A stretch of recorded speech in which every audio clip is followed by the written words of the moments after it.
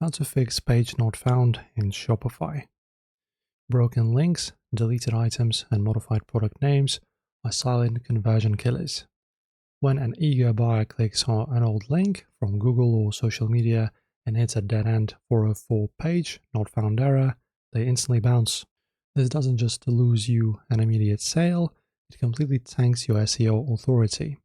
Today, we are deploying Shopify's built-in 301 redirect mapping engine to repair broken links and salvage lost traffic. So firstly, locating your link routing console. Log into your Shopify admin dashboard. Depending on your current admin version interface layout, you can navigate down to clear pathways. Either expand the content drop-down right here, and then go to menus, or you go to online store and then navigation. In my case, it's in the menus. And now we need to look at the upper right control options area and click the URL redirects, which is this gray button here. And this will open your structural traffic control matrix. Okay, and now let's fix the broken path. Click on the green or black Create URL Redirect action button. And two critical configuration data parameter fields will drop into focus.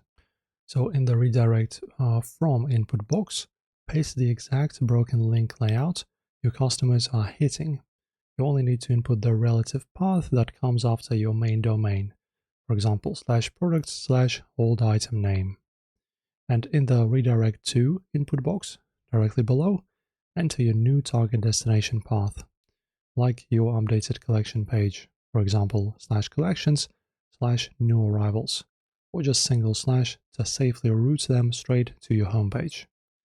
And then click the green or black save button right here in the top when you're finished, and Shopify permanently binds the paths instantly across the web.